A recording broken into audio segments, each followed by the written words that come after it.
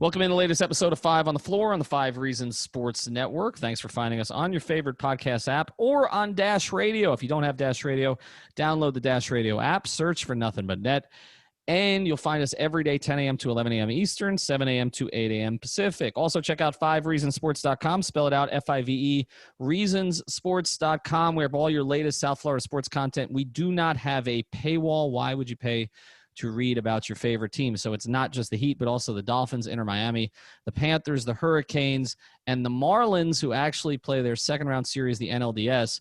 They open up Tuesday against the Braves. We'll have full coverage there, and also on our YouTube channel. We're getting close now to 7,000 subscribers. 6,800 of them are there for Alphonse Sidney, who will be with us today on the podcast. Also, check out the great sponsors of the 5 Reasons Sports Network, including the Seltzer Mayberg Law Firm. They've been with us a long time. This is the place that you go if you've had a car accident or a slip and fall, if you were hurt as a result of someone else's negligence. Make sure you give the attorneys at Seltzer Mayberg a call. They're available 24/7 at onecalllegal.com, O-N-E, calllegal.com, or you can call 1-855-5000-LAW with a centralized office located right off I-95 in Miami. They're ready to take on your case, whether it's in South Florida or anywhere else in the state. Again, the phone number is 1-855-5000-LAW, onecalllegal.com.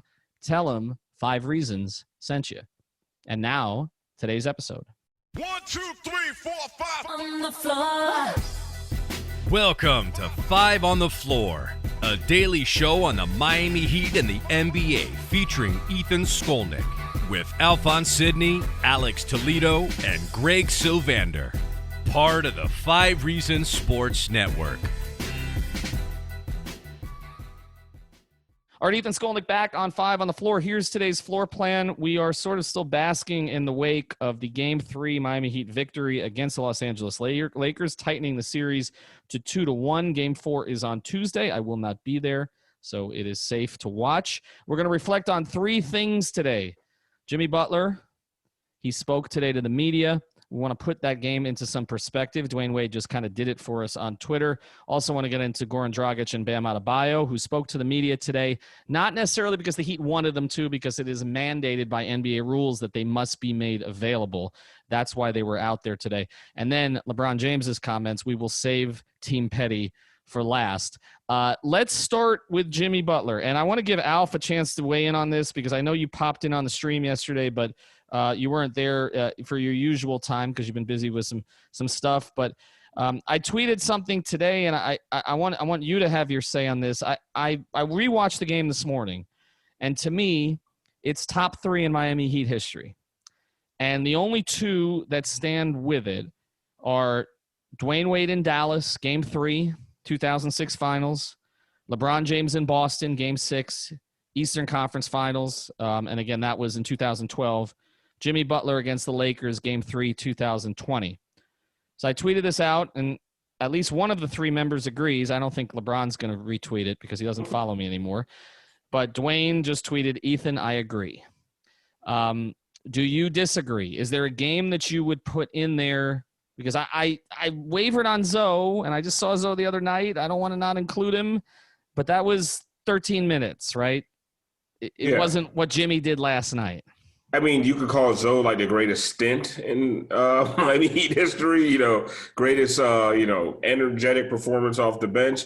But, and I've thought about this overnight because, I mean, it's been everywhere. It's been on all of our minds. It hands down to me is the greatest performance in Miami Heat history. And this is the reason. These are the reasons why. Dwayne Wade had Shaq. Okay, he had Alonzo Mourning. He had Gary Payton. He had Hall of Famers all over the place. He had, it was against a really good Mavericks team, but it was Dirk, and it was just Dirk almost, if you want to put it in that perspective. They were underdogs, but not the kind of underdogs that the Heat were last night. LeBron had Chris Bosh and Dwayne Wade. Okay, and it was also the Eastern Conference Finals. Dwayne Wade in Game 3 of the NBA Finals, I don't even remember who his defensive assignment was, but it wasn't LeBron James. Josh Howard? Yeah. Remember he got that block at the end of the game? Howard. Yeah. LeBron, his defensive assignment was Paul Pierce, who, historically doesn't show up in those situations anyway. Jimmy Butler did what he did offensively, 40 points, without his next two best players, without Bam, without Goran Dragic. He did all that while being a huge, huge, huge underdog, one of the biggest underdog winners in NBA Finals history. And is it number one?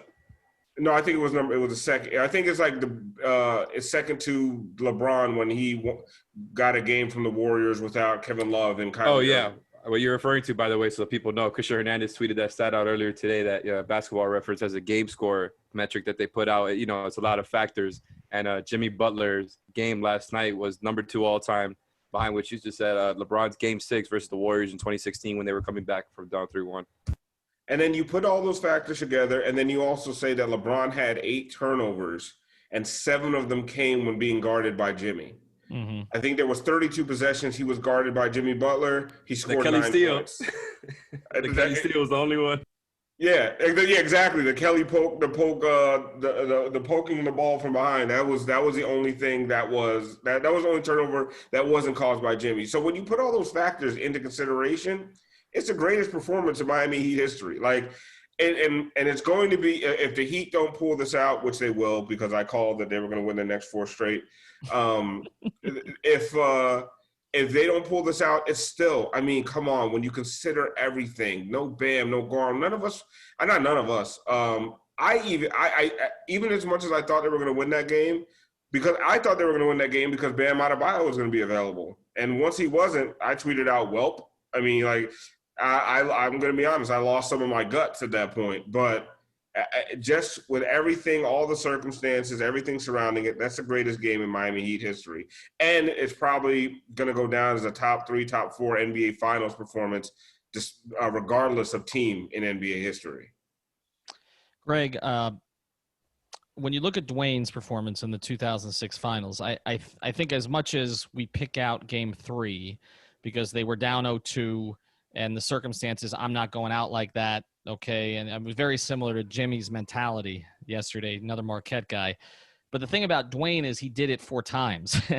He did it time after time after time after time. So on a 1-game sample, I kind of agree with Alf because – I compared him today, for Game of Thrones watchers, like he's like Jon Snow, like I'm basically like fighting off, the White Walkers, like thousands of them coming at him. And it's just like Jimmy, it's just Jimmy.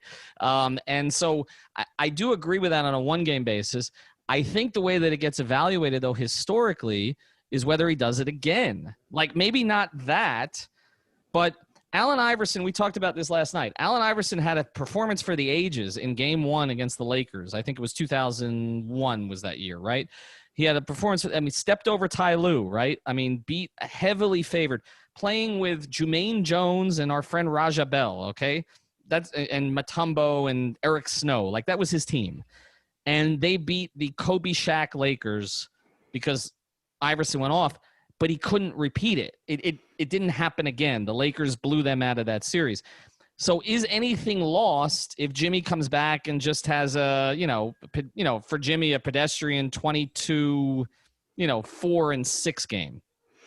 Well, there's 2 separate conversations, I think. There's the where does it rank and where will it live in from a Heat franchise perspective, and it's going nowhere whether the team wins or loses, whether Jimmy Butler replicates that type of performance, where it rises up the ranks from a all-time perspective where not just the Miami Heat base, but everybody will look at it in that way, is one, if you figure out a way to win this series, like that changes the trajectory of what kind of game that was on the all-time scale. But also, if he strings together a couple of those and makes this an even more interesting series, I think because the bubble run itself, just everything related to the bubble is so out of the ordinary, I think it's always going to be remembered. And so to have it happen this year will help that. But ultimately, people really remember this stuff. They really, really remember it when you close the deal. And we have the benefit of the doubt of knowing that in hindsight with Dwayne, like that he came back from 0-2, and that was part of a run that that became a championship. I think that obviously plays into the way that we rank these things. So I think it's an interesting conversation. I put it to you guys earlier in the group chat, but a couple comparisons that this Jimmy game has gotten, obviously that we talked about, is game 3 in 2006 that Wade had, and also the other Wade game in 2010, the last playoff run before LeBron joined, when he almost got swept by the Celtics, and he said, "I ain't going out like that again." And honestly, I think it's kind of like, which one do you think it's going to be more like, right? Is it going to be the blip in the radar? Is it going to be like what you were describing with Iverson in game 1, where, they go out in 5 and it's just kind of that one game? Or is it going to be the start of something else where it's just going to be a long series? I mean, Al seems to think so. I'm kind of in on it too. I think if they get Bam back, this is really going to be a long series. But ultimately, it would be disappointing if they were to, just not win any more games, and that's just a one blip, because it ends up looking more like just kind of this BS outlier game that happened. And I think the Jimmy 40-point game is great and all, the 40-point triple-double. It's obviously one of the best games we've ever seen. But this Heat team got here because of the motion offense and because of the team's collective effort. And I think Jimmy obviously put together just an incredible game. But I would like for them to win more games, obviously, and just so that the team could get a little bit more credit. Well, just real quick. What I will say is that Allen Iverson game is still iconic, even though they lost. Yeah. So, it is because it had a moment. It had a moment, Alf, which is I think it's iconic because of the picture of him stepping over Ty Lue. And I do think that Jimmy kind of had that moment, by going back at LeBron a little bit, but it wasn't quite that. In fact, the picture that everybody might remember the most off this game is the Tyler Hero snarl. So I wonder, there's this other element too, that fewer people are watching these finals than other finals because of all the circumstances involved. And I wonder if that plays into it. But when you have LeBron on the other side, it always raises the importance, because whenever LeBron's story is told now, this game is going to be told. I mean, that's, just like with Jordan Last Dance that we talked about, the Barkley game last night, like that is told, that story, because it came against Michael. It does depend who you're against. And I think that's a part of it. Next, I want to get into what comes next for Jimmy. Spoelstra and Jimmy Butler talked about that today. Before we do, though, I want to tell you about MyBookie. Unless you've been living under a rock, you know that not only are the NBA playoffs going on, but also the NFL is back. Someone should wake up the Dolphins. But it means just one thing. It's winning season at MyBookie. I don't know about you guys, but for me, a game's 10 times more exciting when, like yesterday, I took the points. So make sure you put some money on it. Go to MyBookie.ag, regardless of whether you've been betting for years or you're ready to play for the first time. MyBookie is your best bet this season. With the biggest online selection of bets and props, they've made it simple to win and easy to withdraw your cash. Right now, they've got a $100,000 super contest for just a $10 entry, and they're giving away $5,000 in cash prizes every 4 weeks. You'd be crazy not to invest in your sports knowledge with that kind of potential return on your investment. $10 to win thousands. You should sign up. You too can sign up in MyBookie. Just use the promo code 5 on the floor. Spell it out. 5 on the floor to claim your 100% deposit match all the way up to $1,000. That means if you put 100 in, they'll give you another 100. It's an easy way to jumpstart your bankroll. NFL, NBA, of course, MLB playoffs still going. They've got it all on tap. It's never too late to get started on your winning season exclusively at MyBookie.ag. All right, let's get to the comments today. Both Eric Spoelstra and Jimmy Butler spoke at length today. Jimmy had a very long press conference. There's one quote that is getting some attention from Eric Spoelstra. Let's touch on this first and then roll it back to Jimmy, because I tweeted this one and Dwayne retweeted this also. So I guess he agrees, okay, what Jimmy needs to do the rest of the series. Eric Spoelstra on Jimmy Butler not wanting the offense to go through him. Quote, "We don't care what he thinks right now. There's no turning back. He likely will have to do something very similar to that again to accomplish what we want to accomplish. You can't be ordinary." That was a paraphrase of the quote. There was a little bit more to it. Eric was kind of smiling when he said it. There's no rift. But is this legitimately what Eric Spoelstra wants? Because all season he has said it is not what he wants. Or is he trying to, I guess, inspire Jimmy? Or is he trying to set up the Lakers, Greg?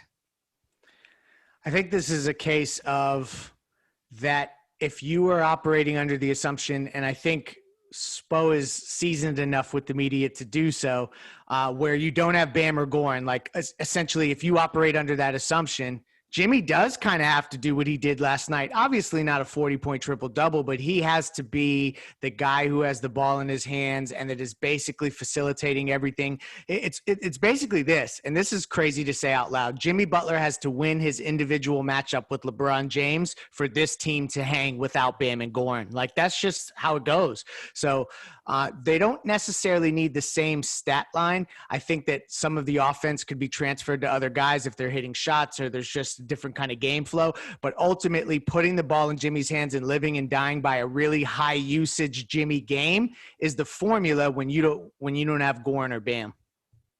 Yeah, I couldn't agree more. I think specifically when you don't have those guys, there's just no choice. Like, you obviously give Hero a little bit more run. You give Duncan Robinson and these guys a little bit more run. And Kelly Olynyk has done a great job stepping up in these past couple of games, by the way, when you're just talking about the offensive load. So you have guys who can take that on, and obviously they're going to run their offense. But, yeah, Leif was 100% right. Like, they're going to live and die with Jimmy being the high-usage guy. And I think just because, they have the right personnel to be able to run that. Like, when you have – these are the guys you have left, right?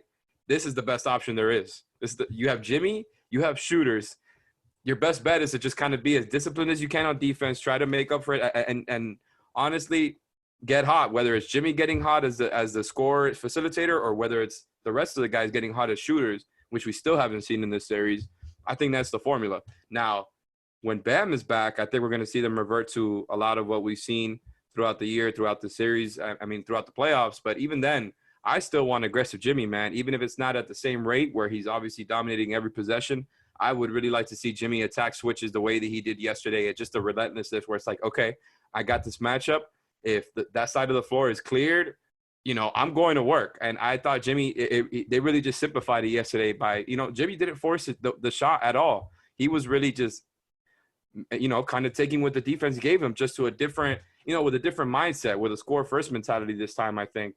And he's going to keep making those reads. I trust him to keep making those reads. So whether it's him going off or the shooters going off, I think we're going to keep seeing more of the same. The offense, by the way, going back to normal is huge because the Lakers shut the hell out of that offense in the first couple games. And last game, it was really just the inverse. The Lakers, the Heat defense on the Lakers was so much better than the first two games. I really just think like that game 3 effort with Jimmy and with the whole team was perfect. And they need to really bottle that and keep going with that. Because if they revert to, a lot of zone and, if they don't execute the way they did last night, like it can go back to being ugly right before you know it. And they're down 3-1. They had to play perfect. Alf, what do you think? I think you're just going to – I think what's going to happen is I think Jimmy's going to play – almost the same exact style, but I think the rest of these guys are going to step up more than they did last game. I don't. Duncan is due, right? Tyler needs to be more efficient, and I honestly, and these are some of these, these intangible things that we don't like to really talk about. But I think the rest of these guys sat back and they're happy with a game 3 win, but they're also looking at themselves like, we need to help Jimmy out way more than we did, right? I think Kelly's probably the only one that slept well last night, I think the rest of these guys are probably like, we got to do more for Kelly's sleeping great. Kelly's sleeping great after outplaying AD. Kelly's like, wow, I might be runner up for Finals MVP. But so I just think that's what we'll see. But we'll see the same aggressive Jimmy. And even if Bam comes back, Bam is going to be limited. Like, I don't think Bam's going to play 35, 40 minutes if he even does play. I think we're probably looking at 25, 30 minutes of Bam, which is way better than no Bam. But it's going to mean a lot more from Jimmy. But I do think that these guys are going to help him out. I think this was an inspirational game. Sometimes we see a game like this turn a series where the entire team, that snarl at the end from Tyler Hero, that may be the image, but it might as well have been Jimmy with his hand up Tyler's ass puppeting that snarl. Like that snarl came straight from Jimmy Butler. It didn't come from Tyler Hero. Well, Alf, I think Jimmy's, I don't know how I want to phrase this, but I think Jimmy's hand's been up. Well, I'm not going to say it. I felt like that with Eric Spoelstra too, because when Eric Spoelstra said the other day, we don't give a shit what anybody thinks, I'm thinking, man, he's channeling Jimmy Butler. Like, that's what he's been the whole time. Let's get to some of Jimmy's Jimmy comments. has cursed in every press conference, by the way, from start to finish. So you're absolutely right. So let's get to some of Jimmy's comments today about the way that, because he was asked, they want you to play a certain way. And that you don't really want to play. And he says, I think they know what buttons to press to get me to play the way they want me to play. I just want to win. He says he didn't, this is paraphrasing. He said he doesn't think that him scoring 40 is winning basketball all the time. And he went on a long riff about how his favorite wins are when somebody else has a great night that nobody expected. I love it. And I think that, and then the other comment was, I asked him at the very start of the presser, if with the stakes and the stage, this is the best he's played. This is the most Jimmy Butler answer of all time. I mean, he can't even take – it's funny. It's like when everybody called him the star and the leader of the team where he wouldn't just accept the compliment. But if you disparage him in any way, he says, I can motherfucking play. It's this weird thing. Like, if you compliment Jimmy, he hates it. And if you go – and it's what I always talk about. He's not a front runner. He likes being sort of – like with us dogs, like stuck in a corner. Like that's where he comes out of. He said, I asked him, was the best he's ever played. And he said, probably not. He had this answer ready. I was really good whenever I was in high school and I played in this league against all 45-year-old men and I really dominated and I was 17. It's up there, but back then I was killing them. I mean, he literally went toe-to-toe with LeBron James and pretty much kicked his ass. And he's talking about being 17-year-old, beating a bunch of guys my age in some, JCC league or something like that. It's crazy. Jimmy's just cool, man. He's not going to hype himself up after that. It would take away from the persona. He's got to act like, this is what he expects from himself. But, Alex, if somebody criticized him, he would hype himself up. That's the thing. You're right, yeah. That's where he comes from. So let's get into real quick, and then I do want to get into Bam and Dragic next. Let's not spend a lot of time on this. The shooting. Alf, you have been so confident that there's going to be a game, right? Now, we've got 3 straight games where they have not shot the ball well. Duncan's not shot the ball well. Tyler's not shot the ball particularly well. Kendrick was better in games 1 and 2 in terms of his percentages. Is it just because we've seen it, we're expecting it? Because it's now been a little while. They struggled some in the Boston series also from 3. Well, I'm thinking part of what we're looking at is the usual suspects are not having the shooting nights that we want to see, because game 2, I mean, they had the first 50, 40, 90 game in NBA finals history, or like the second or something like that. Right there. Yesterday was 50, 33 and 90.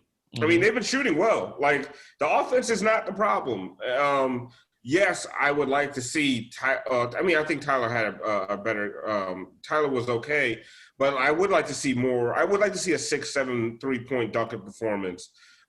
Jay Crowder actually was hitting his shots last night a little bit, but they've been shooting well. It's really defensively where they have to turn it on. And one of the best moves I saw yesterday, and a lot of the people on Twitter had to kind of point this out to me, because I was kind of distracted during the game, and I'm looking at the box score and I'm seeing that Myers is like a plus 13 and Kelly's a minus 12, but Kelly's getting all the minutes.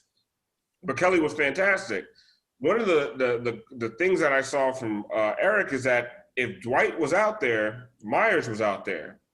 And it completely mitigated Dwight Howard. Like, he was not a factor. So that size that, when they're throwing AD and Dwight Howard at you and you can't get a rebound to save your life, like, that was gone. And Myers wasn't even getting the rebounds. He was just keeping Dwight Howard away from them. And defense on the offensive end, Dwight's out there covering Myers. So that's one less big in the paint. So I think that's where those small adjustments is what's really going to win the series. The shooting is fine. The offense is fine. If they continue along the track they're on right now, it's defensively and, probably getting away from the zone a little bit more. That's where the series is going to switch. Alf's right. It is about the defense ultimately, and the switch to more man and kind of taking guys and saying, listen, you have to just man up individually, and that's how we're going to have to approach this series. Leif, win your matchup against Alex Caruso, for God's sake. Right? I know. You know what I'm saying? Like just get it done. Yeah, or just whoever's bodying up LeBron or bodying up AD, Send help and leave KCP's dumbass over in the corner by himself. Let him shoot. You know what I mean? To Ethan's point, though, with the shooting, if you look at Hero, Duncan Robinson, and Jay Crowder, they were 28% last night. They were 7 of 25, I think, if I'm doing the quick math there. So what you're hoping for is that eventually one of these games, one of those 3 guys goes nuts and has the 6 for 9 from downtown game, 7 for 10 kind of game. Like, all you need is one of those guys to pop on a given night. Or Hero, remember against Boston when he had 36 and he just couldn't miss. Like, he has the propensity to pull that off. You want one of those guys to just have one of those nights, and then Jimmy does what he does, and that's how you replicate that performance. And Greg, it's going to be a blowout game. When that happens, there's going to be a Heat game where they completely blow the doors off the Lakers, and it's going to come with one of those guys going 7 for 10, 8 of 11, something crazy. It's going to be Hero.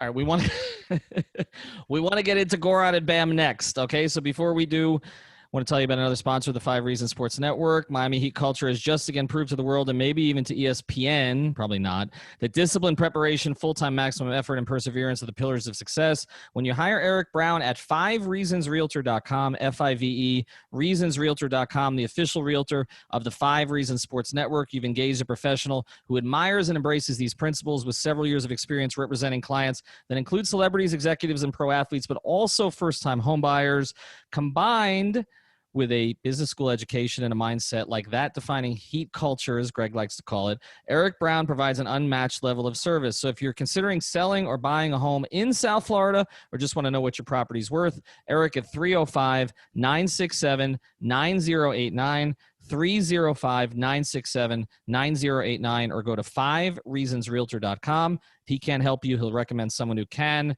Find out how this specialized professional business approach can provide real value for you. Again, it's Eric Brown at 5reasonsrealtor.com, the official realtor of the 5 Reasons Sports Network. All right, earlier today, as I mentioned, Bam Adebayo and Goran Dragic were on the calls. This was NBA mandated. There was nothing to read into it. I know that some of that got out there, but there was nothing to read into it. They had to do this. Both guys are always cooperative with the media, so I don't think it's that they wanted to hide anything, but the Heat would prefer as little information get out there as possible. But both Bam and Dragic are the type of people that they show their hearts, basically. That's who they are. And it's kind of like when Goran revealed that Bam and Nunn had COVID and weren't making it to the bubble when he wasn't supposed to say that. That's just Goran. He's incredible. If you've ever interviewed him, he's incredibly honest. I want to start with Goran first, and then we'll get to Bam. That was one of the harder interviews I've ever had to see, especially one that was not in person.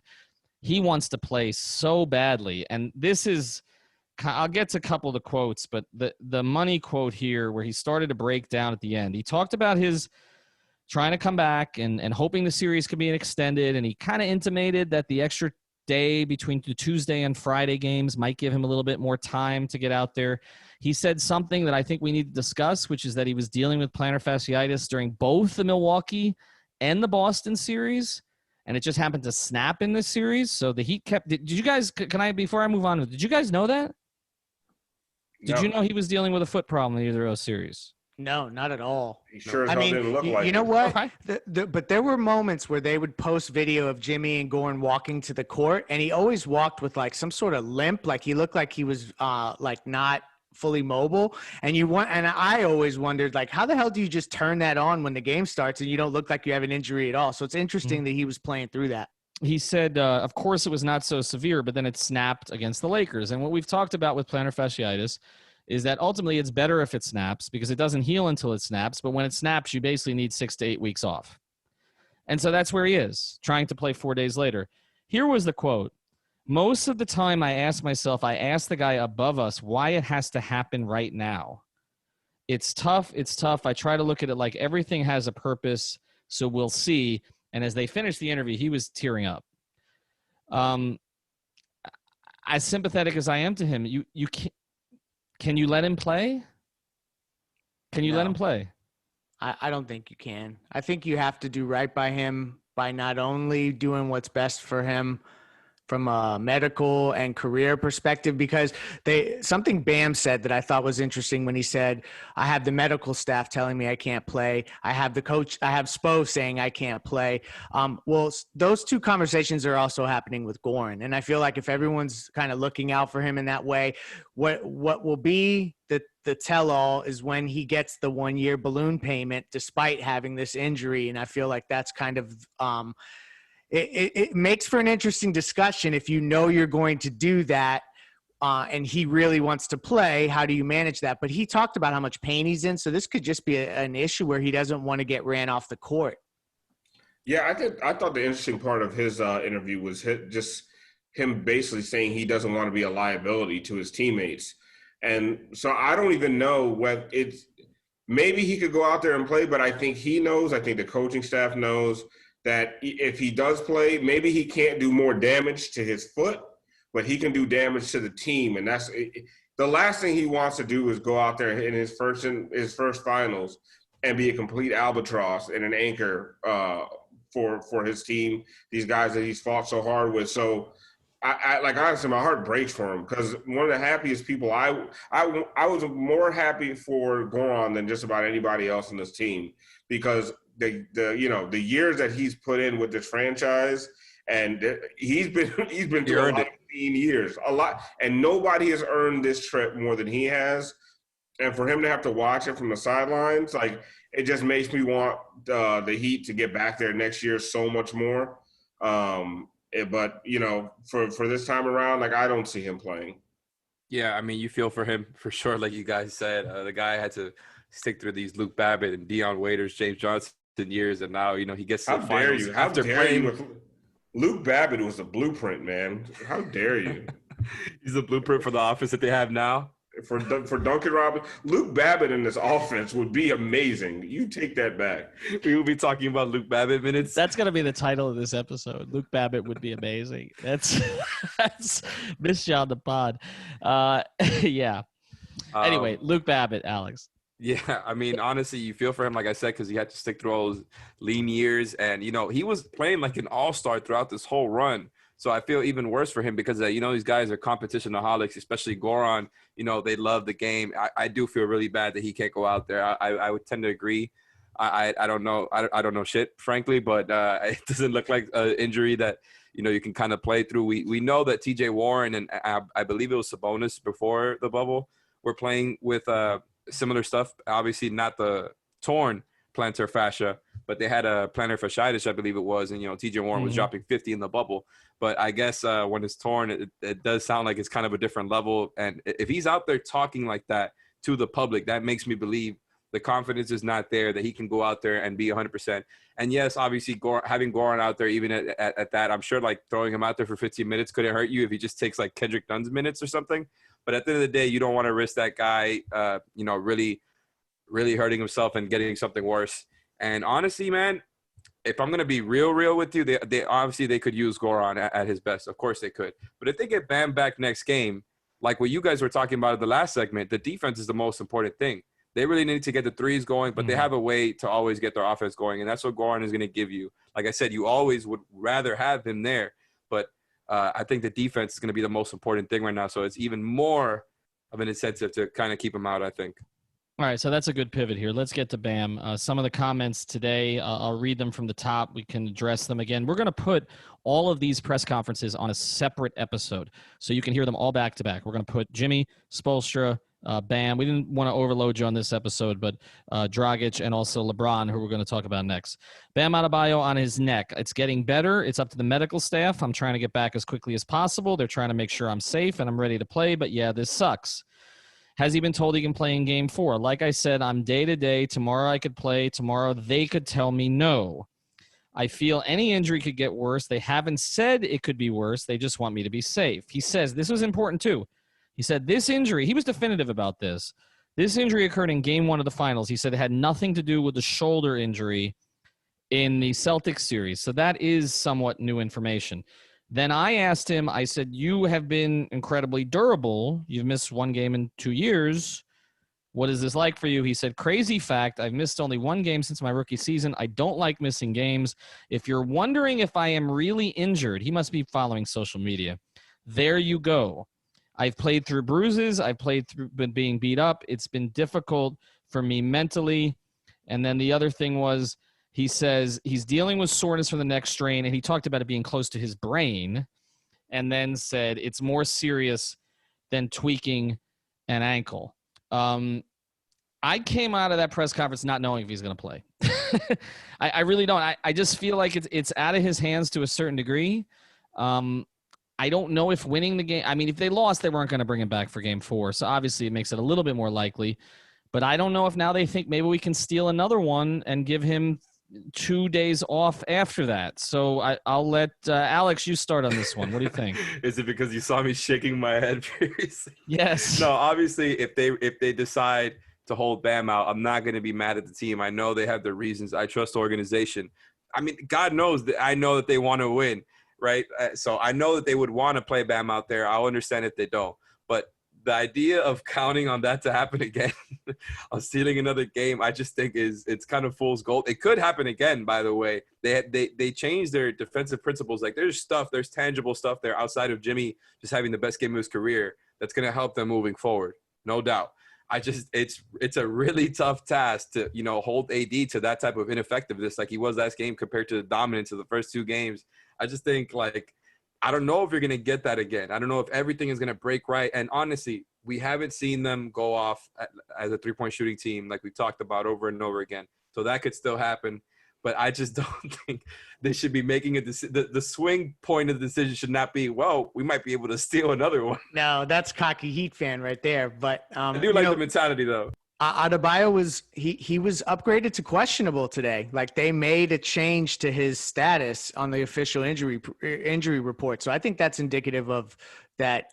It's trending in that direction. The people that I talked to regarding this, they expect him to play. And these are the same folks who, alerted me of the Goran Dragic injury.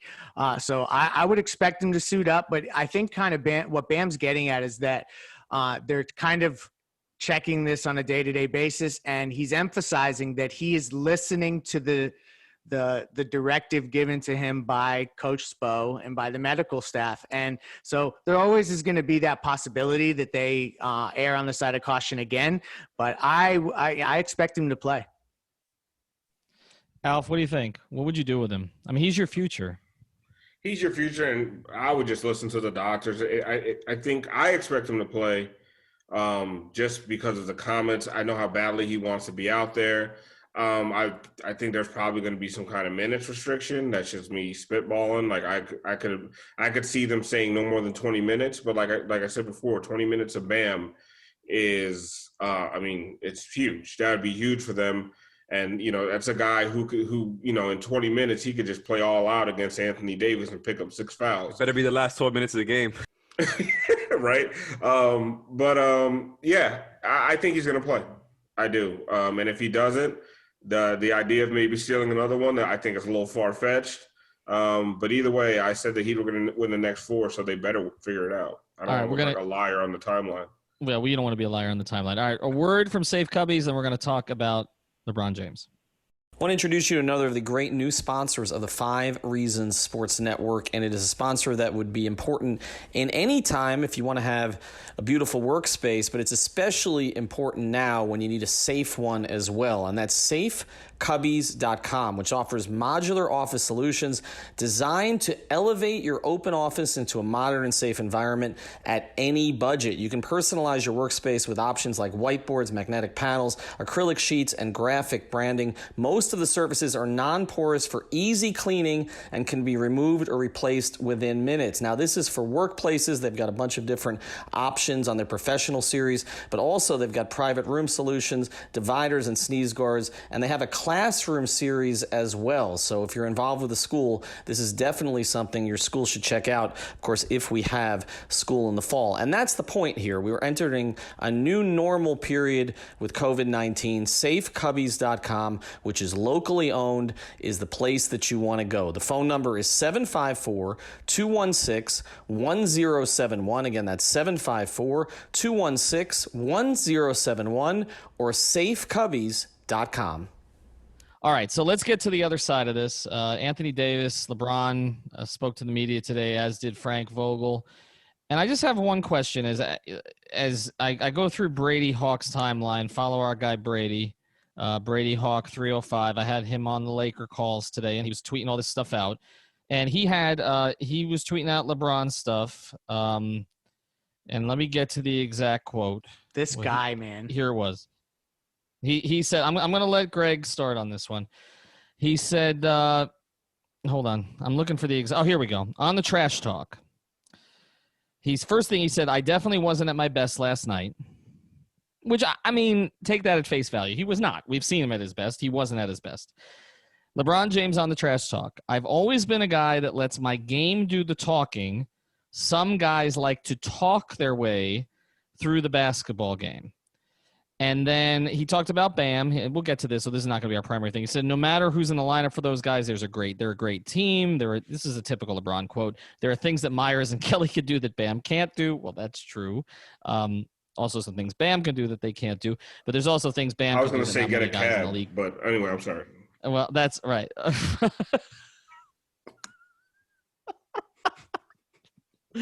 There's about 5 guys on the Heat team. Oh, my God. So anyway, I don't know how we're going to finish this now. All right, let's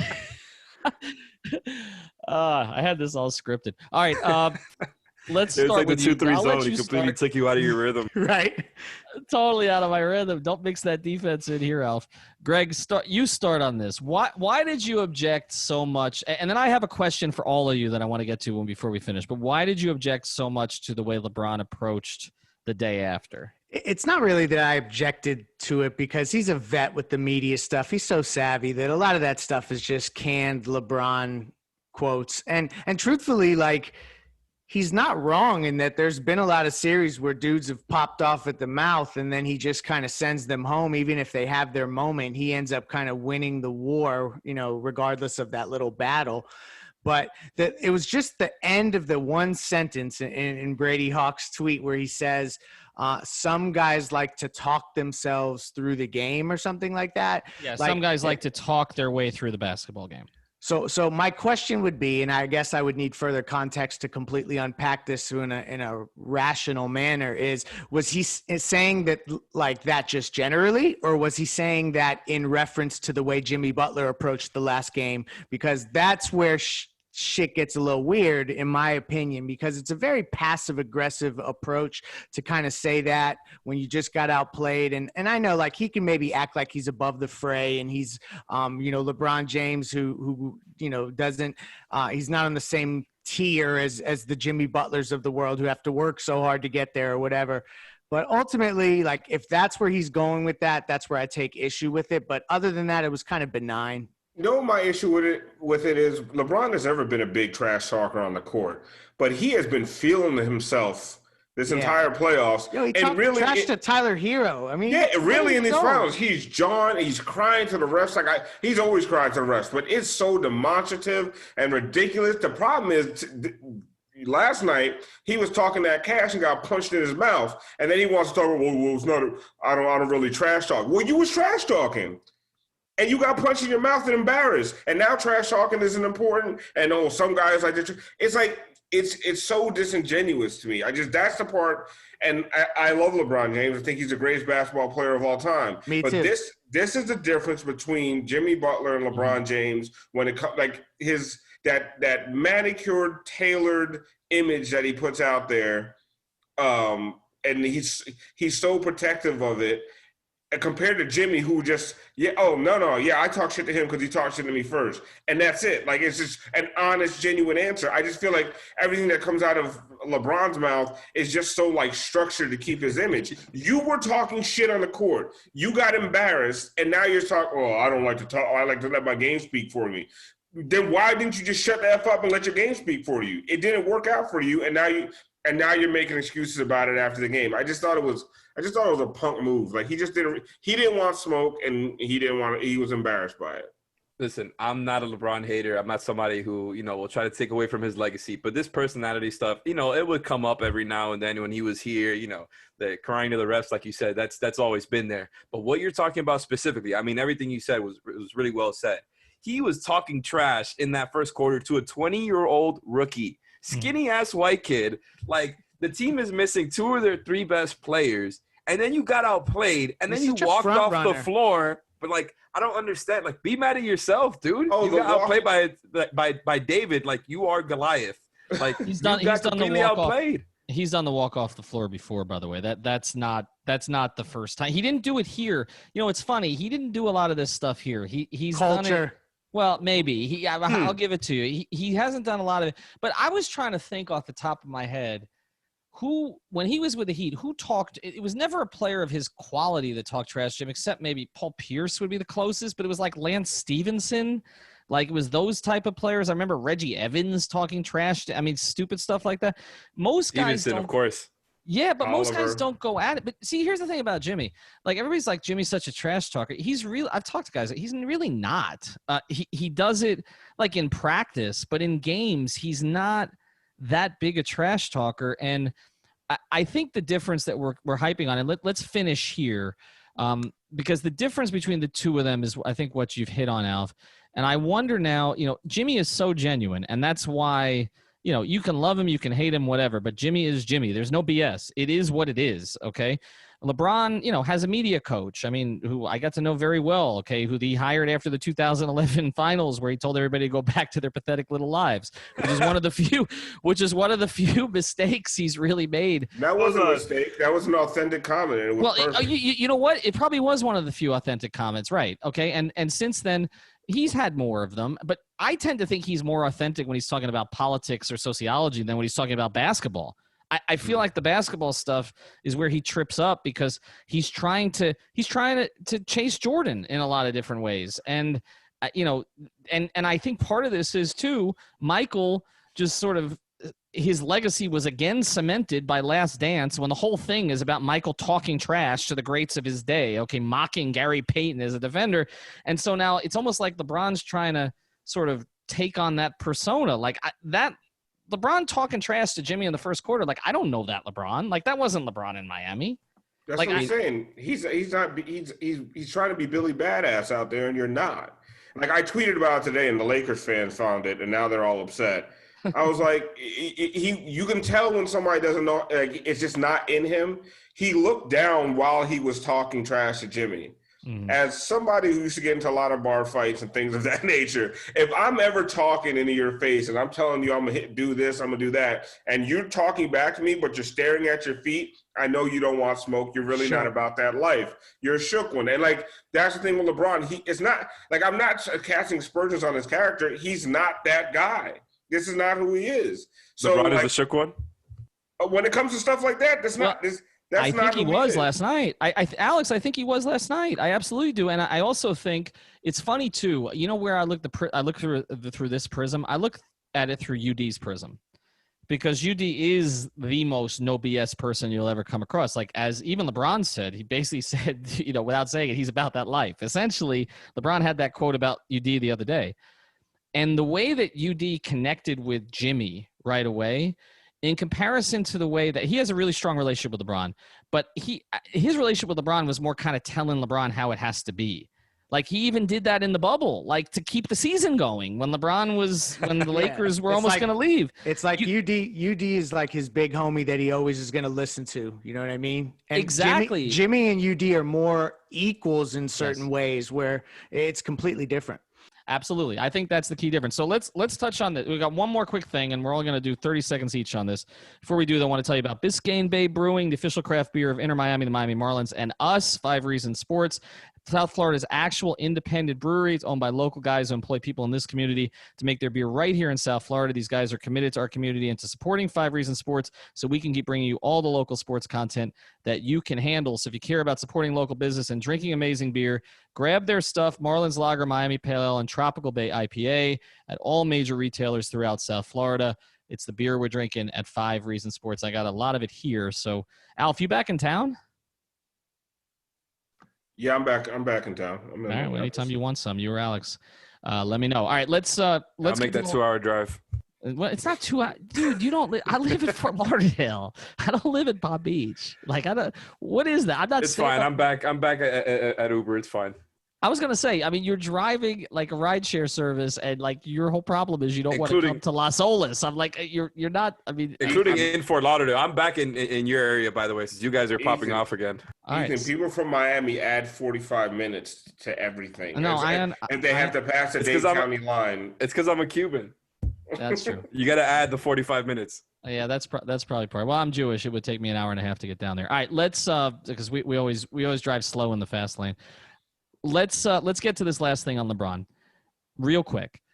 Team Petty existed when LeBron left. I think it thawed. I think more appreciation of LeBron came from it. I think even from inside the Heat organization, it came.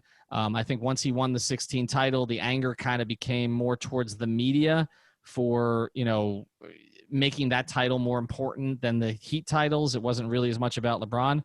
But I wonder if it's going to flip back. Like, Greg, I'll let you start on this, Greg. Like, is it going to flip back now where people start to dislike LeBron again down here, like they did when he left in 2014, because he is on the other side, but also because maybe Jimmy comes off as more authentic than him? Short term, maybe. Yeah, I think that you'll see some of that. I think particularly if this series continues to get chippier and when it's fresh in all of Heat fans' hearts and minds, that there'll be some ill will, towards LeBron in that respect, particularly if LeBron comes out and wins, and then you have to kind of see him doing his flexing and back dunks when the buzzer has sounded and, the front running activities that's like adds insult to injury in the moment. But long term, no, like this is the thing about LeBron James. Like I can't run from what he did while he was here and how awesome and iconic it was and what it means to his legacy is what I think will be the greatest player of all time. So because the Miami Heat were along for that ride in the best years, ultimately when you come back to center, LeBron James will be endeared by the Heat organization and fans, but Jimmy is like Alonzo where LeBron was like Shaq, like when you're talking about Miami Heat DNA. And I think that there is an element of the way Jimmy is doing this that is that connects to the organization in a different fashion, and fans are going to gravitate to that, like just by virtue of the way that it sets up. But down the road, we're not going to be holding grudges against Bron long term. That's the best analogy I've ever heard, actually, in terms of the two of them. That's a good way to put it, because LeBron and Shaq felt borrowed, whereas Zoe and Jimmy, even though they came from other places, they felt like they fit right away. And they kind of became the touchstones of what you call the culture. What do you think, Alex?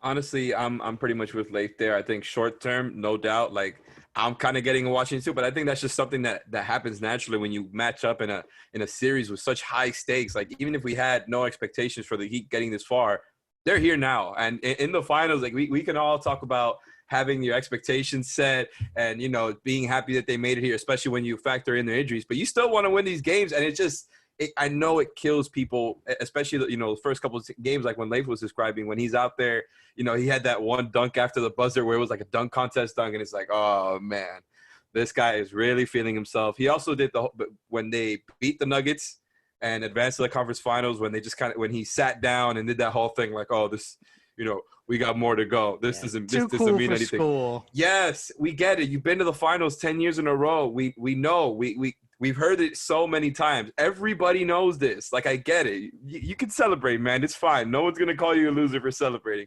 Again, that's me. The emotion's starting to come out already. But like some of the stuff he does, it's just kind of like it goes under my skin a little bit. And I'm seeing it also from Heat fans who didn't necessarily hate on LeBron after he left. Some of my friends were. They were kind of rooting for him, and they in general go for him as like the greatest of all time over Jordan. So people want to see him add to his legacy. Even those types of people are kind of turning on him right now in the moment because of his antics. And I think he's just kind of, he's too cool, man. Like I think he got outplayed, he got embarrassed, and now it's going to come out. I think it's just getting started now. LeBron's really going to see and take this like a real series now. And I think now is when it's going to really get chippy, and that stuff that you're talking about is going to get amped up. All that resentment for LeBron is going to get amped up in the short term only. I think long term, everybody's going to be just happy saying, yeah, LeBron was at his best here, and he's the best of all time.